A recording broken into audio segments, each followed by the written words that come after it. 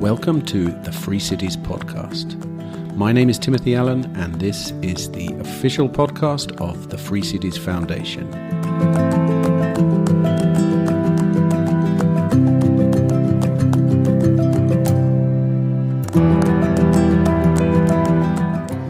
Hello, and welcome to episode number 80 of the Free Cities podcast. Well, today this will be my last episode before our next fact-finding trip to the Czech Republic and Liberland. Very much looking forward to that. I've heard so much about Liberland, and up until now it's all been theoretical, so I can't wait to actually see for myself in real life what is going on there. I also have already secured some excellent guests from the wealth of interesting speakers at BTC Prague this year.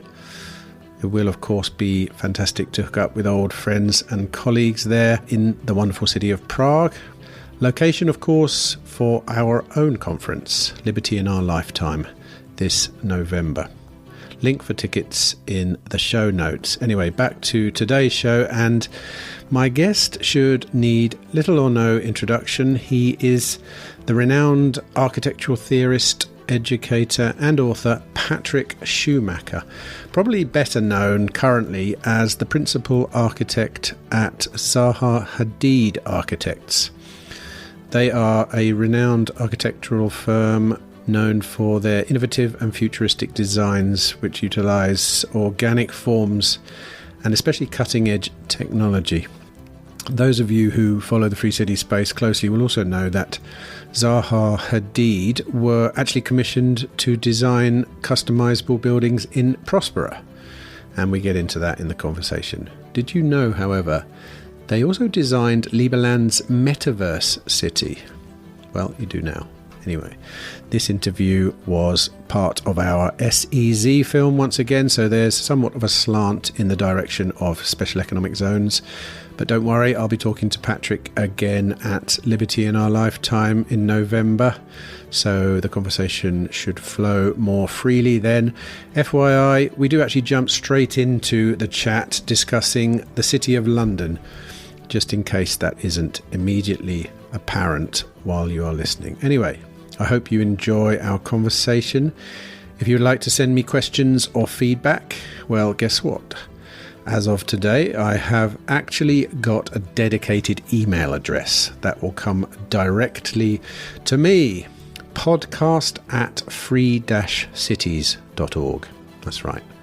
Drop me a line anytime. My inbox is always open to you all. And in the meantime, while you're furiously typing away your feedback, why not take a short break and sit back, relax, and enjoy my conversation with Patrik Schumacher.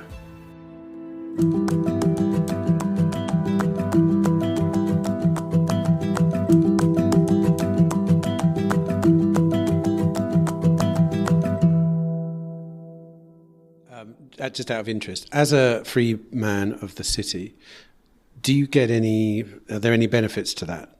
No, but it's of course interesting that the political framing of the City of London, of the square mile here, the financial district, is allowing that amazing dynamism and freedom to generate fantastic real estate assets, to accommodate and reaccommodate continuously all the banks of the world in ways which would be absolutely impossible in any other part of London due to political constraints. So the City of London, accident of history, similar to Hong Kong, exists with this medieval constitution where the business associations and businesses are determining the politics and planning, and because also there are some residences, but not that many, which would establishing everywhere else, and NIMBYism, which was blocking everything. So here we have this political system which allows for something exceptional, which is amazing, beautiful, I think, dynamic, but also very high value. So, are there any people that live within the limits of the City of London then? And if so, do they have a say in anything that goes on within the city? Yes, there are residents. For instance, the Barbican is within the bounds. But the number of residents is dwarfed by the number of businesses. And so the businesses understand that the overall business dynamism and development dynamism of the City of London is allowing everybody to benefit. And therefore you don't have NIMBYism, you have a can-do, should-do attitude. And you have this kind of fantastic pile of most sophisticated, super high-dense architecture with fantastic spaces for all these banks and consultancies and law firms. And at the same time, I think they're showing what you can do. They can have all of this and still all the historical assets, because they're really then appreciated that asset they live on in the historic complex of the square mile. And I think that's a great example. And then you could call it a special economic zone, special political zone, perhaps. Just like I say, not necessarily as part of this film, but I'm interested in your opinion on the Barbican itself as an architectural thing, because personally well, the Barbican is an era from a different era where this kind of tabula rasa approach of clearing out our district and building new was seen to be more viable than this now, but I think it has its own qualities. It's actually private in its residences and residential products, and therefore has a relatively high quality. It's interesting. It's mixed use. It has all these arts venues, and so I'm positively tuned to the Barbican. Do you think that the building of it was involved in any shape or form with, or was it any different from a building that would have been built like in Notting Hill, for example, at the time, like Trellick Tower or something like that? Do you think they had any special advantages building the Barbican because it's inside the walls of the city? Yeah, I'm not aware of that. It's an interesting question, perhaps. I think I'm relatively critical of a lot of the government-sponsored housing estates around the country. So the Barbican is not one of those. So in that sense then, when you want to build a building in the city, you said you've had dialogue. Yeah. Who do you go to? And then, for example, who pays for it? So if it's not the state paying, is it the City of London that's generating the money to pay for the housing, for example? No, I mean, it's mostly private. And we had some private clients, not for residences, but for small offices. And the point being that there is still a planning system, and a chief architect that was also interesting as a personality, who had a lot of respect and power and determination, and still is.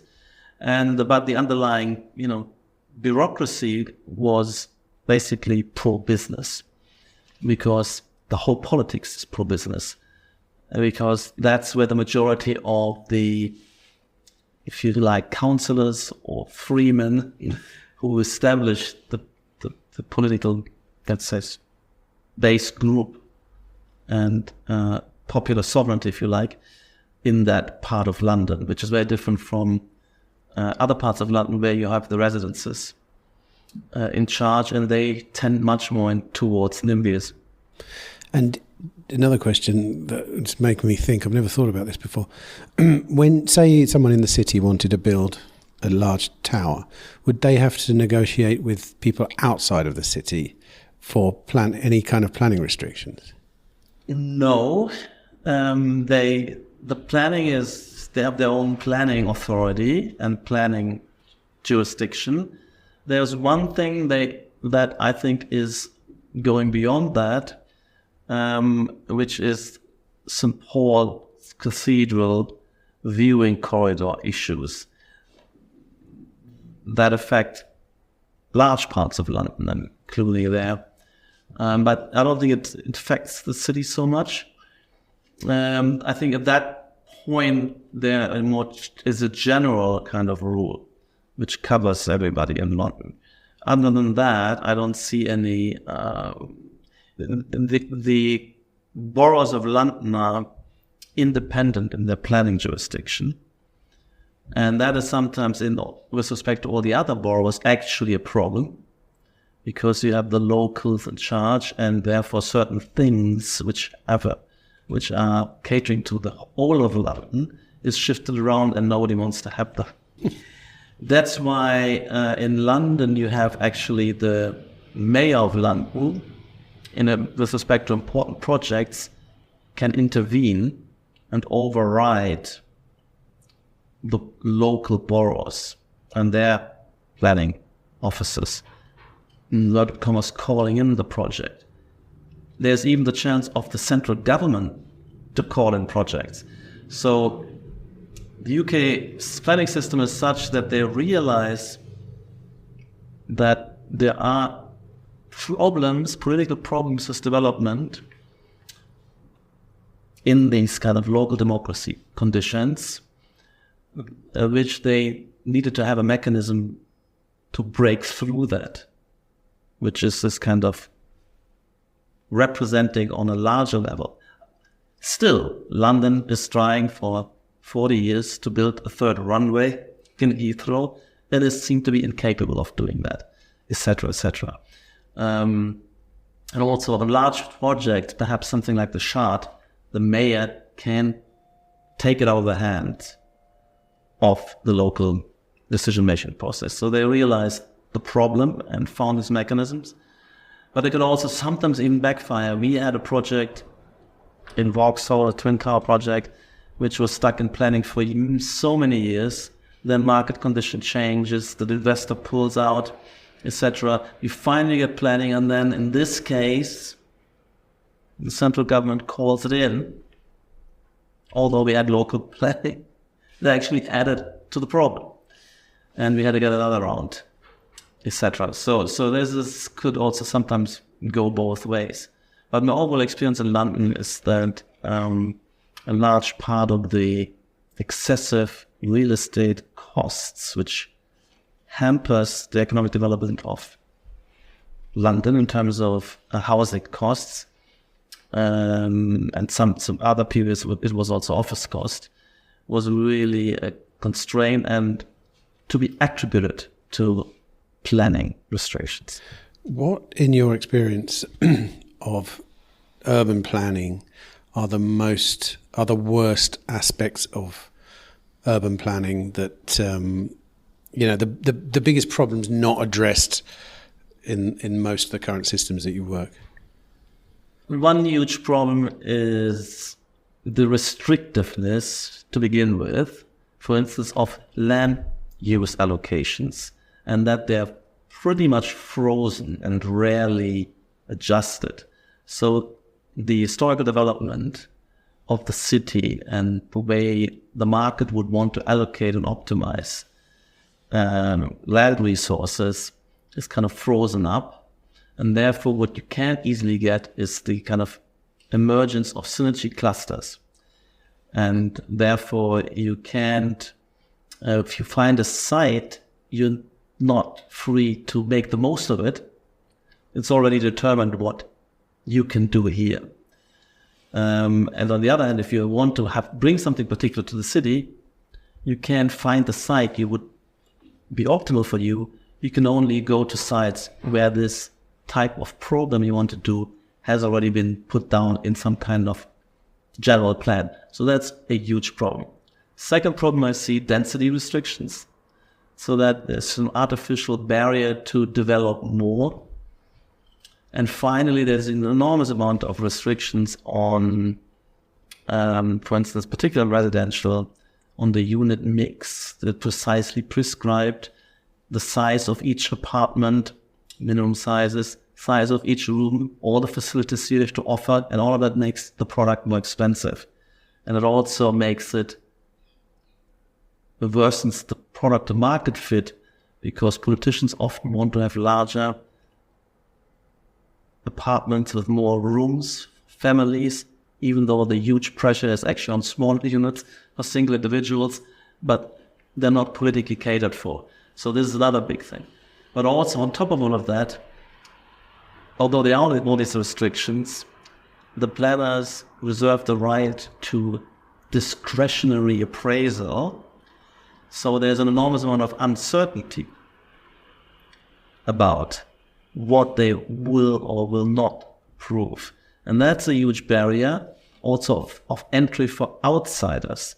So that restrains the development market, because only local insiders have a fighting chance to, or can take that risk actually, to purchase certain land, because they can appraise and understand the intricacies of the particular planning authorities, the particular planners and councillors, and what they might get away with or not to appraise the value of a site. But even then it becomes uncertain.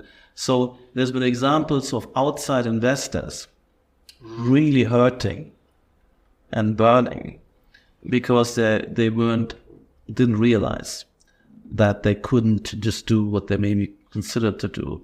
And then they're forced to work always with locals. So that means you get a kind of an artificial monopoly of local embedded, who then also can't go outside because there are other locals.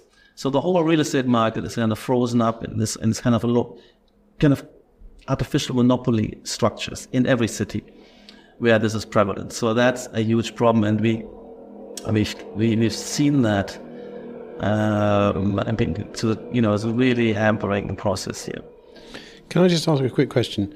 When you talk about synergy clusters, you were talking about synergy clusters.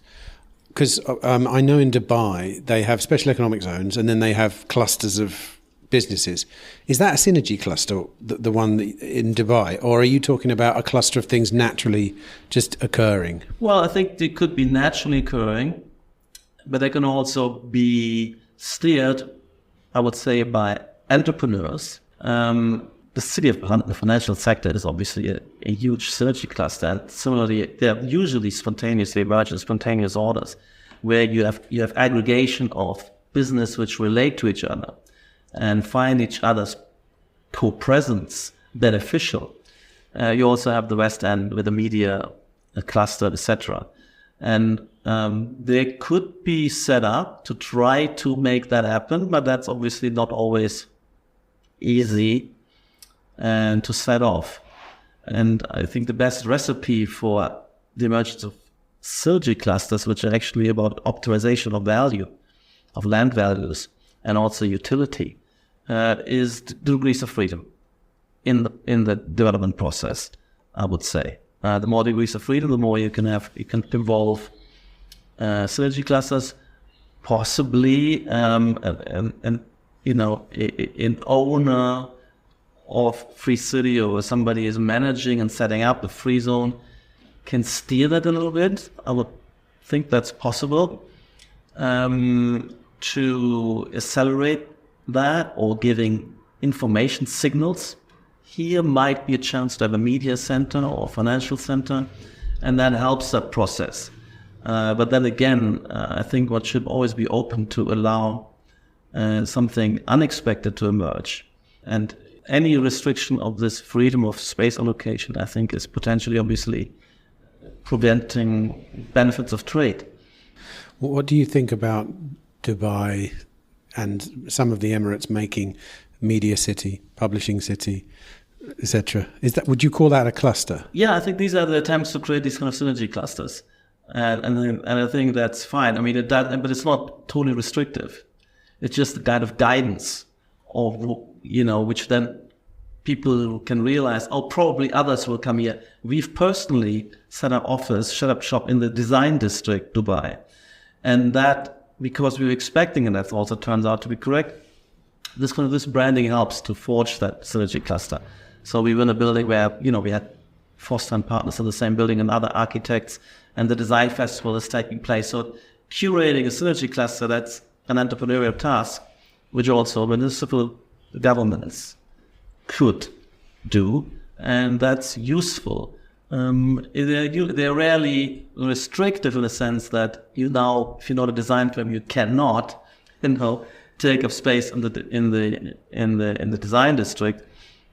I don't think that would be the case, but sometimes they might, for big buildings, or when they oftentimes you can curate a district by looking at the kind of additional benefits that might come if you bring a certain tenant in, an anchor tenant or so. So you would be selective and not say, whoever is paying the highest price at this point will be looked at. I think that's why something was good to have this additional entrepreneurial management layer, perhaps, to curate an overall value proposition. And this was actually the way London used to be developed through the great estates.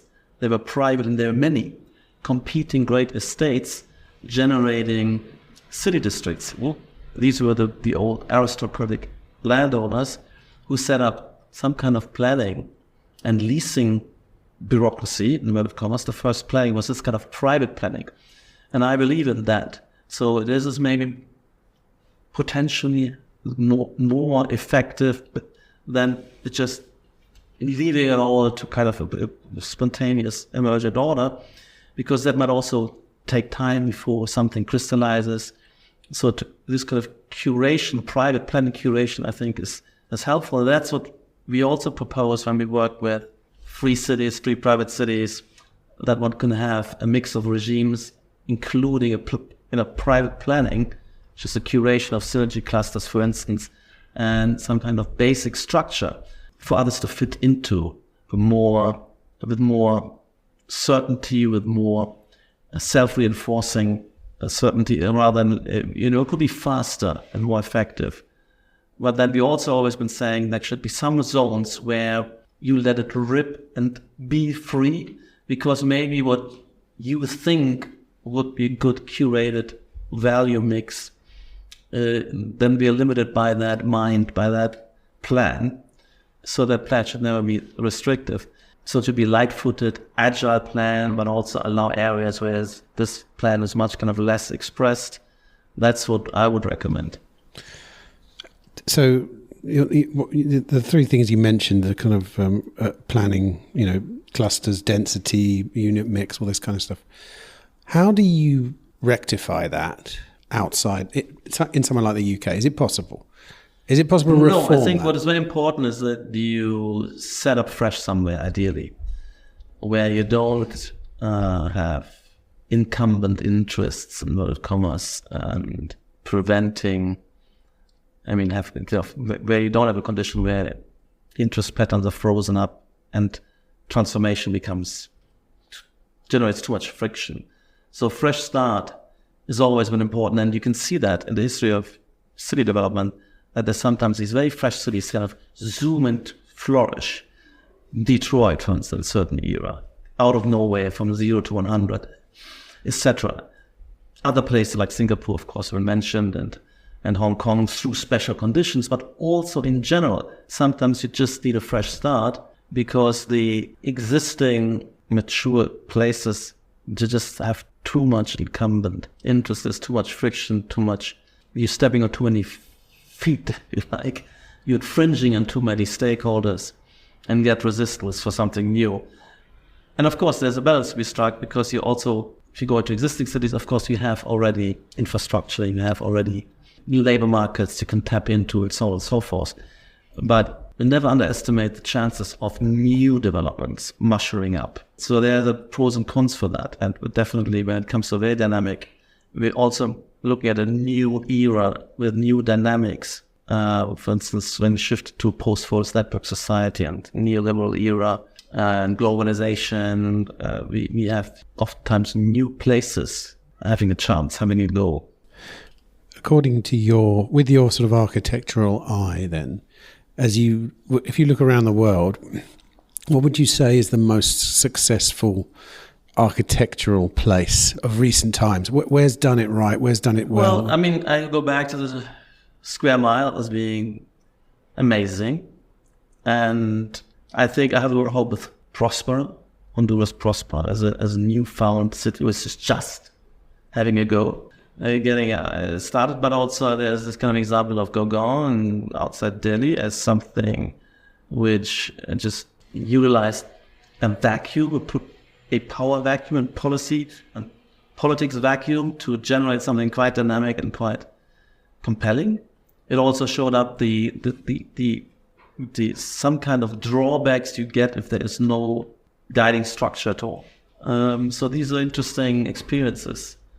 We can see in Dubai, of course, is amazing experience. Shenzhen has been amazing experience historically, and they still have, I mean, special economic zones that were amazing. And from a fishing village, which I've still seen the beginning, kind of the early beginnings of, out of that, I saw when I was there in the mid 90s, and what happened since. And now we have a technology giant, of course, a population which is super young and dynamic, and now still special zones within the special zone, allowing for additional global players to come in and settle, and competing with Hong Kong through special dispensation, etc. So we are now, or have opened a Shenzhen office, and we have so many major projects, major corporate headquarters, and there are many different districts. We're actually doing some bank buildings and technology company buildings, etc. And it's unbelievable what Shenzhen was able to do. So that's a great example. Dubai, Shenzhen are the kind of highlights. Singapore as well, where we also have a number of projects, and it's still kind of pumping. We've developed a whole master plan, one north for industry clusters. It was also a multi-program cluster, so we had a IT cluster, a biomedical cluster, a finance cluster, and we developed a kind of open grid for mixed use with very few restrictions. The very young, kind of late 20s, early 30s, government, fresh and dynamic bureaucracy helping us, giving us a lot of scope, and it's been growing. This was happening in the early 2000s, and has built up nicely and beautifully. And a great example, I would point to One North, Singapore, as a really dynamic and successful kind of industry park cluster, but it's really a city district which emerged. Can you describe the projects you worked on in Shenzhen? Were they, and have what? Yeah, so we do an Oppo headquarters, for instance, for the major telecommunications and mobile phone company. And yeah, there's a lot of freedom. Unimaginable we get away with that in London or in Germany or so. So we did something quite extraordinary. We have a kind of cluster of towers, and we pulled out the core with an open playing field on these floors and scooped out an atrium and have a highly kind of futuristic expression. It's just all glass. So for transparency, then you can look from one tower to the other and be part of this city. And it's within super headquarter base, or quote, the cluster where they also curated, bringing a lot of tech headquarters. And we're doing in the same area, we're doing a twin tower, twin tower, so-called Tower C. That is actually with the government investment, so we're multi-tenant, where we have two towers with bridges, which open terraces, mixed use retail, galleries, art galleries, offices, all mixed in.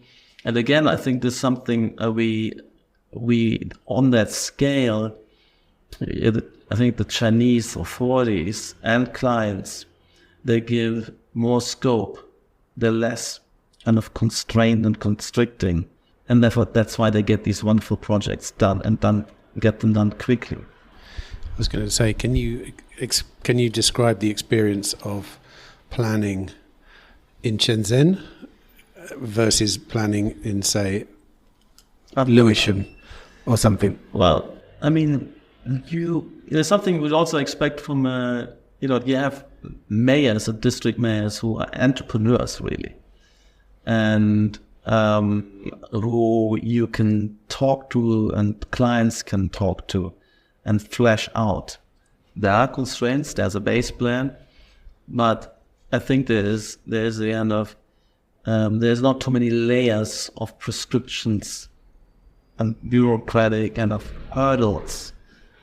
So it's a streamlined process compared to everything we are used to here.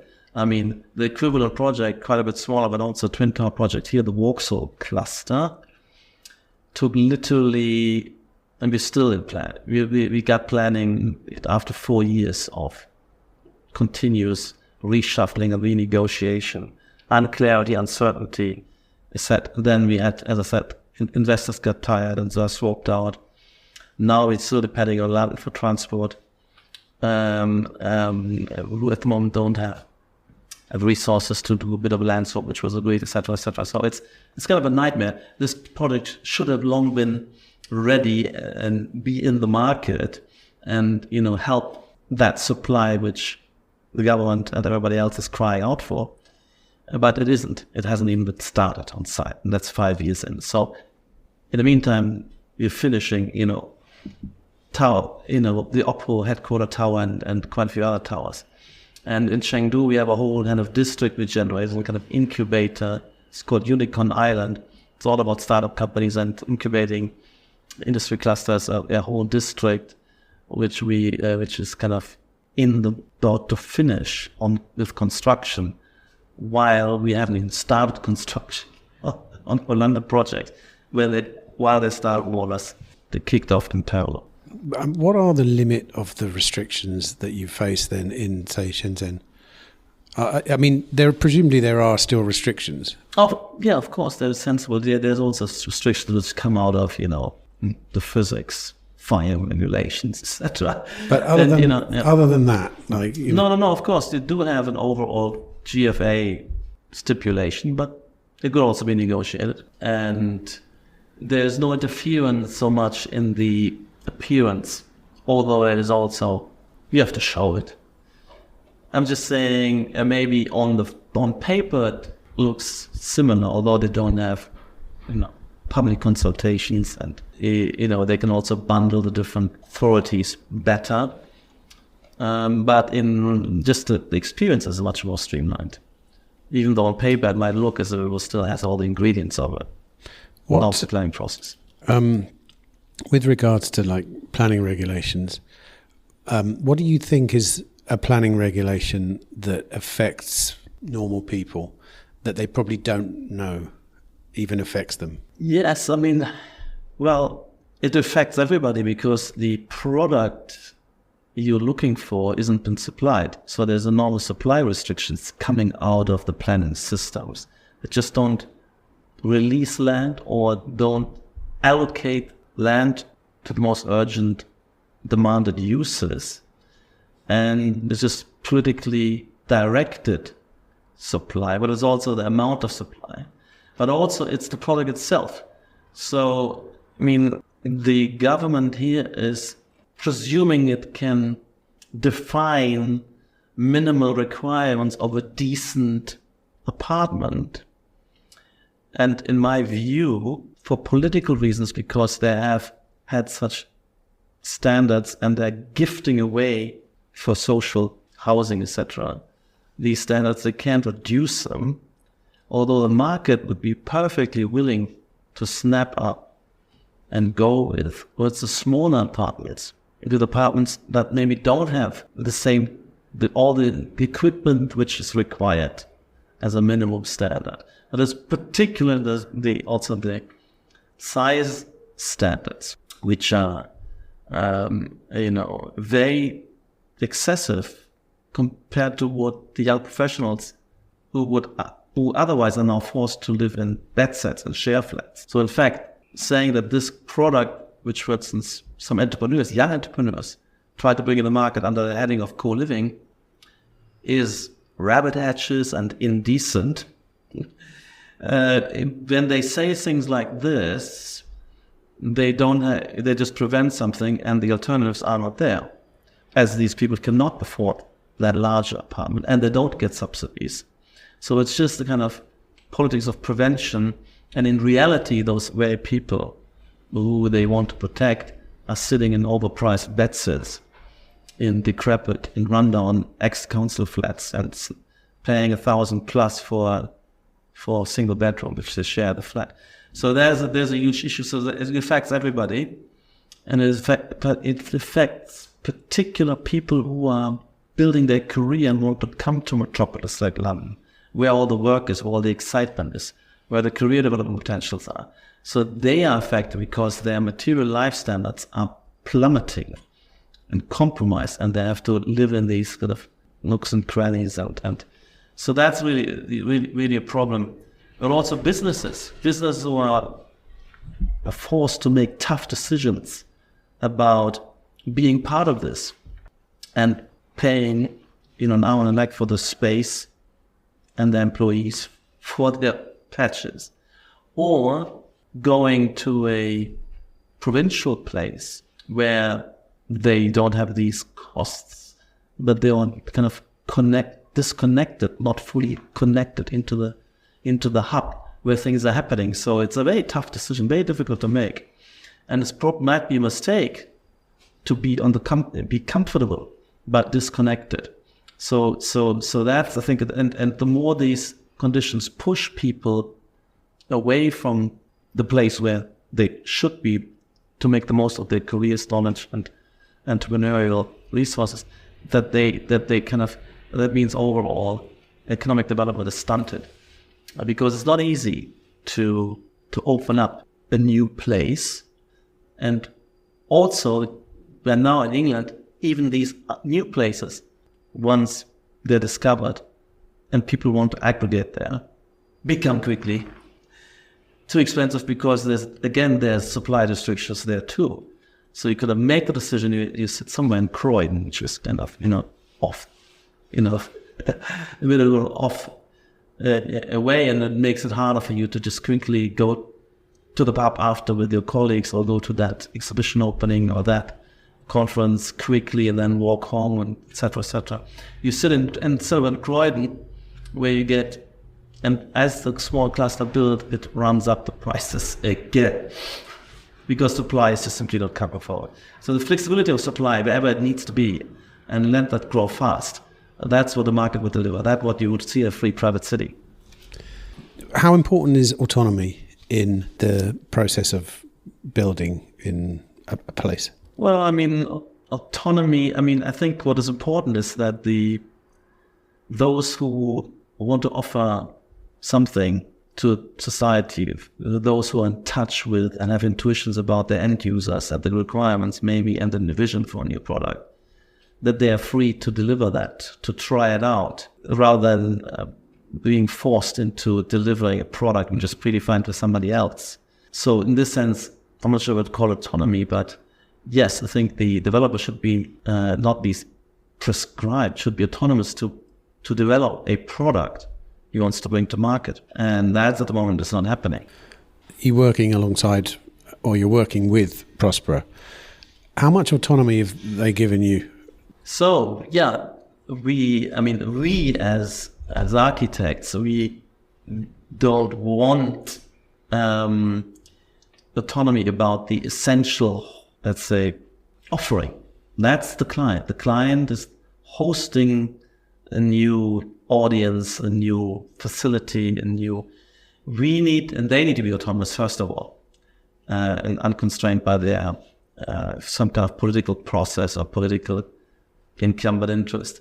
But as architects, our autonomy, which I think in a professional relationship with the client, what the client should realize, while he is establishing the life process he wants to host and describes that and has a vision about who he wants to bring, who he wants to cater for, and what kind of services and life conditions he wants to establish for them, he should leave it to the architect to translate that into spatial organization, articulate that architecturally and visually and in terms of technical functionality, etc., and social functionality, where the purposes are defined by the client and the means are autonomously defined by the architect. We also need autonomy.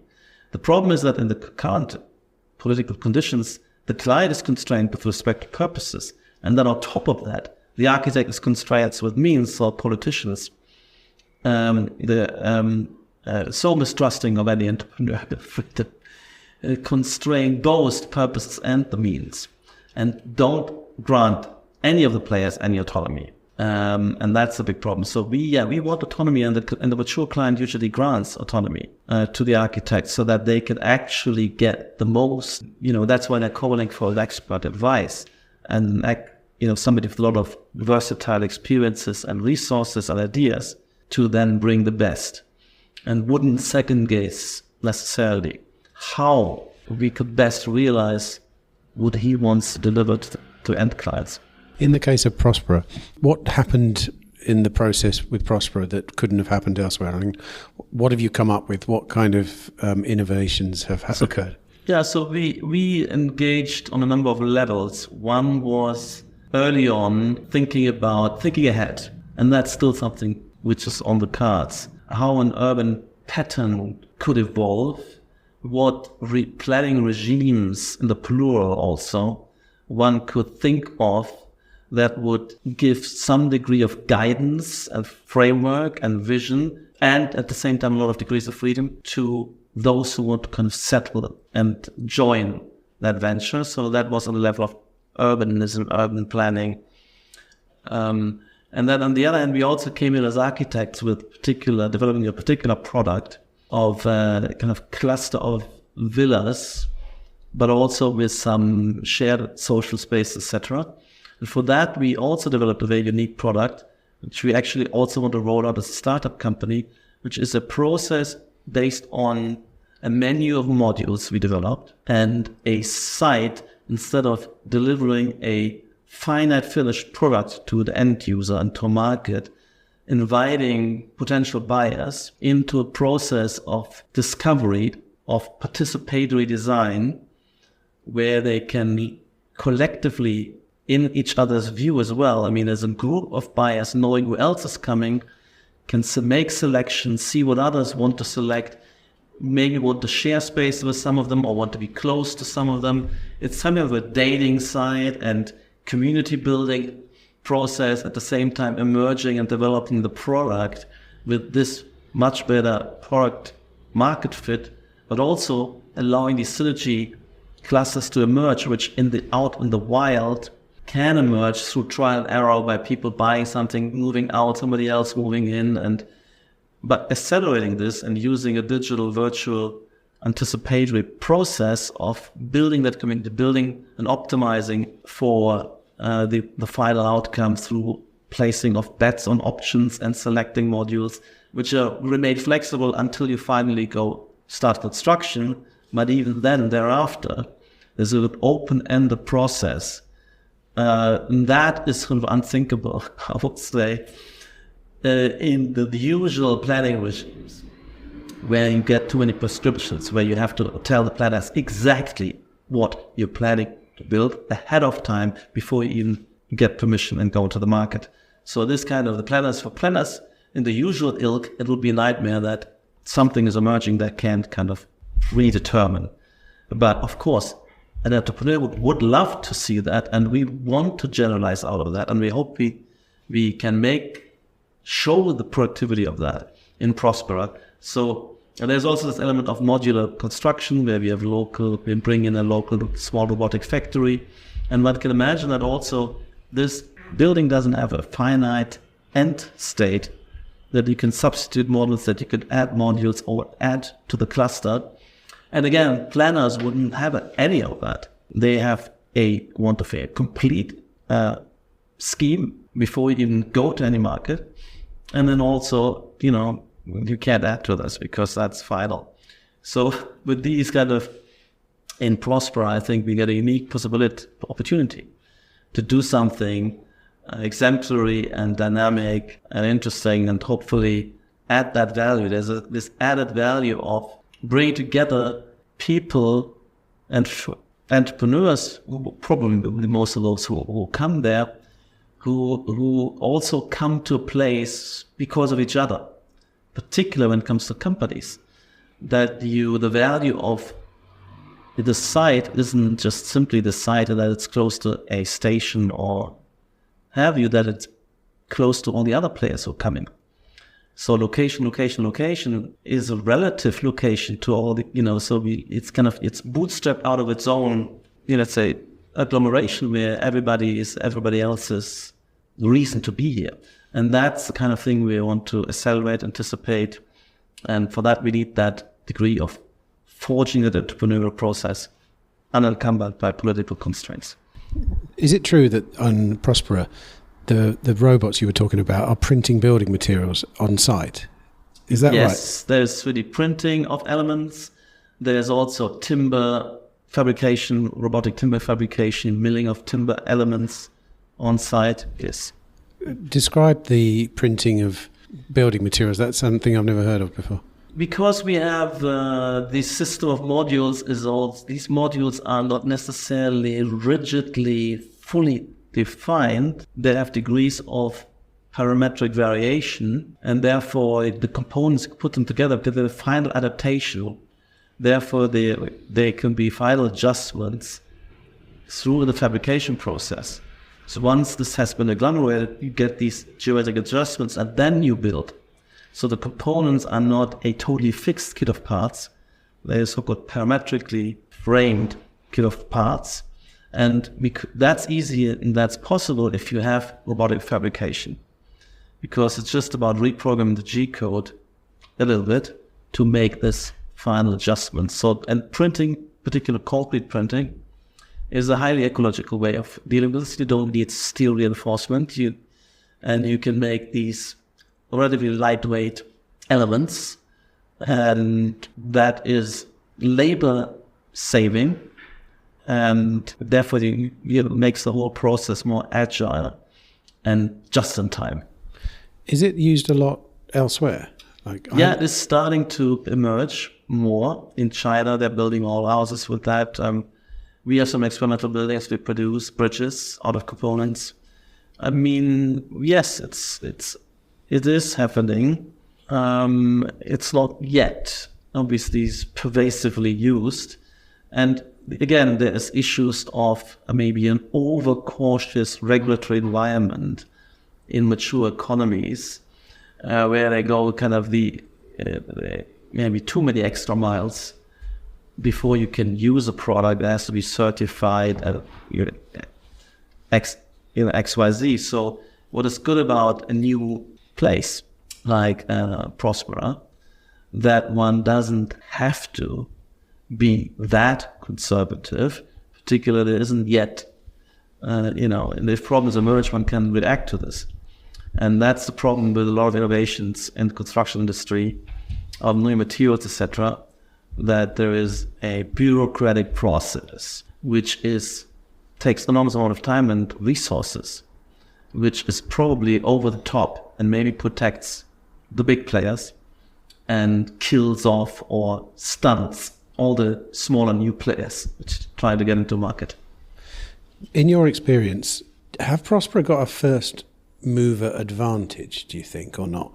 Is that a real thing in this kind of way? Probably is. There's a certain initial, I think, market for mobile entrepreneurs who look for unusual degrees of freedom and are willing, therefore, to go a bit more remote. And, of course, the gap in degrees of freedom between California and Próspera is huge. But there's also a gap. They can also go to, Texas first and find degrees of freedom there. So I think that definitely is a pull factor. But first mover, yes, because there's a footloose group of people who are aware, who may be looking, and who can catch the most urgent seekers of freedom first. We might have that movement. But I think this is also about generating a whole network of experience around the world. So I think there will be first mover advantage, but then I think there will be others who can follow. Do you think that special economic zones and on their evolutionary journey, do you think the characteristic of them as a testing ground for innovation, is that an important part of what they are? I think that's the primary reason that for special economic zones, one of them anyway, the primary ones in China in particular, it was that they had a vision for a possibly new way of organizing economic life, of offering new degrees of economic freedom, etc. And they wanted to try that out, not full scale across the whole country, but try it out in local conditions. And I think that makes a lot of sense because the risk is also reduced to that local context. You don't put the whole country at risk. Maybe it was unclear how people would react, the problems which might arise, and there were some interesting flowering issues in the early economic zones. And there was also boom-bust cycles early. So that was very, makes a lot of sense. It's not the only, wasn't that? Another one is obviously potentially that to develop an area of the world where you need special points of attraction. So to bring in foreign investment funds into country like Dubai or financial institutions. And again, the requirements this group needs, you don't want to necessarily roll it out as new opportunities to use the film for everybody. There's also speculation. If you in England, this whole idea of leveling up and developing areas of the UK which have been decaying, and there are some industries which are receding, like the coal industry. Ideas of special conditions, special regulations and freedoms could also be that.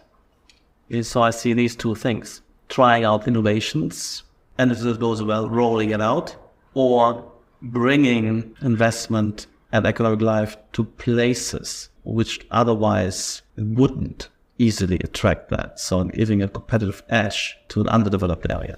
What do you think, where do you think are the most exciting places around the world currently for, I mean, I'm looking at the wall behind you here. This is straight out of the future coming down to the earth, you know. Uh-huh. Where are the exciting places now, and why are they so exciting?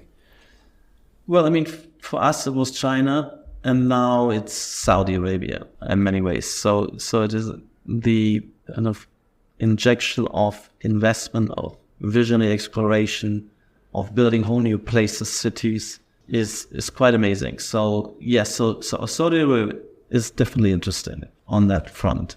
And there will also be special economic zones, if you like, and we had it before also. I mean, there's always been zones of special dispensation, special rules. Even in Saudi Arabia, for instance, when you're talking about research clusters or universities, people who are invited there are not necessarily under the same law and restriction rules like everybody else. And I think some of that is also happening in NEOM and in certain parts of Saudi Arabia. And I think it is also then, yes, maybe using that also as an area of experimentation to roll out, but it's definitely an interesting, exciting dynamic which we find in Saudi Arabia at the moment. And they, of course, compete with Dubai and Abu Dhabi. They all want now, or we become the place to go for regional headquarters. Why, I mean, if you could sum it up, why has Dubai been so successful? I mean, definitely as a financial center and trading hub, it was just very liberal and allowed in global deal making and trades. I don't know, sometimes you need the initial bootstrapping, I think, is the difficulty. And so there was the initial investment, I think, also to make it happen and break it and kickstart. And then it was rolling and kept rolling. Of course, there was setback in 2008, and it took a while to return. So you could also have, waves of irrational exuberance, let's say. Yeah. But what was amazing about Dubai, I think, is that if you think about the Arab world, and in general, in the era when Dubai was starting to rise, there was no example. We had the first world, second world, and third world. The first one was basically Western Europe, and the Anglo-Saxon and Commonwealth, or let's say, the Anglo-Saxon settled areas, and there was only Japan, and the rest was either second world, we saw the communist bloc, and then the rest was third world. And Dubai was showing that there could be an Arab first world country, and that gave a lot of signaling power and became kind of pole of attraction and inspiration for much of the Middle East. So I think that was an important world historical event, I think, for the whole Arab world, a beacon of pride and possibility. Do you see if you look back since, well, the first special economic zone was of modern times in the 50s, say Shannon, places like that. Do you see a trend of evolution or of need?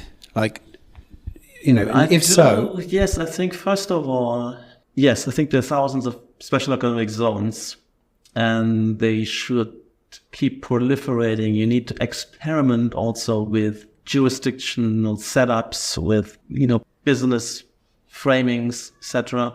And it's a healthy competition also. So where you should be able to learn and imitate. Therefore, there need to always be new zones, or zones need to reinvent themselves. And it's sometimes hard to have a whole country reinvent itself. These processes are too slow and too cumbersome and too much of friction and vested interest.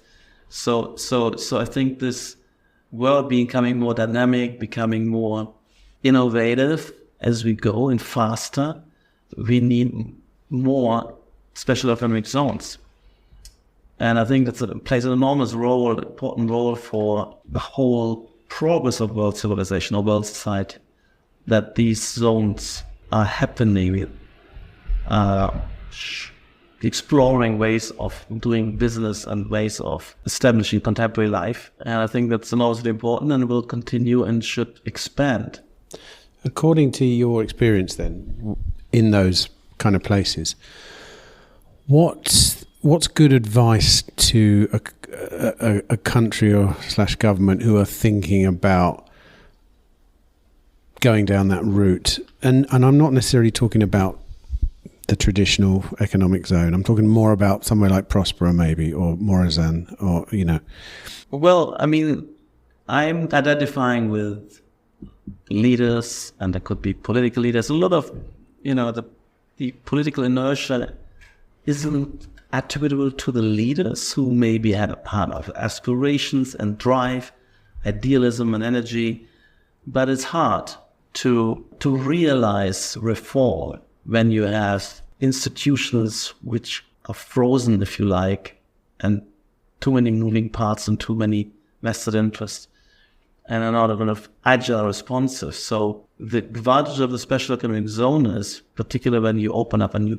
piece of territory, that you can do something and explore something. And I think the signaling of successful developments, they will then kind of make any rollout much quicker. So I would say it's really for politicians who also don't have, eternal power, eternal life, to get something done within their countries, to focus on, and carve out these special economic zones, and then also buy into the expertise of investors and specialists in political economy and in development.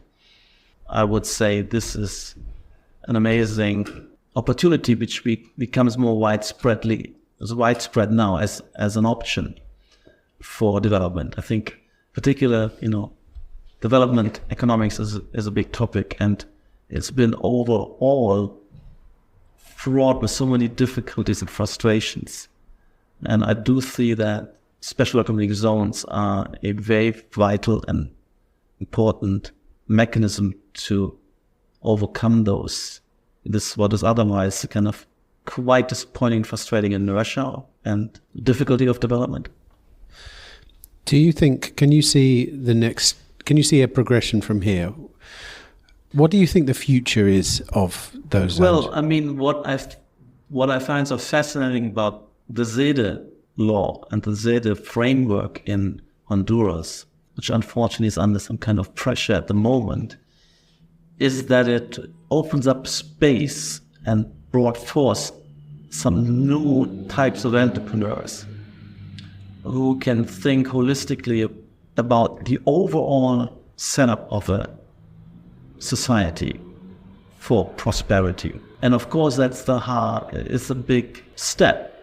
There wasn't anybody around who had, that product of a whole kind of systems of laws and courts, all the things which usually provided by governments who are only in their traditional territory, to see a market for, on a level of fundamental principles of living and working and flourishing together with all the ingredients.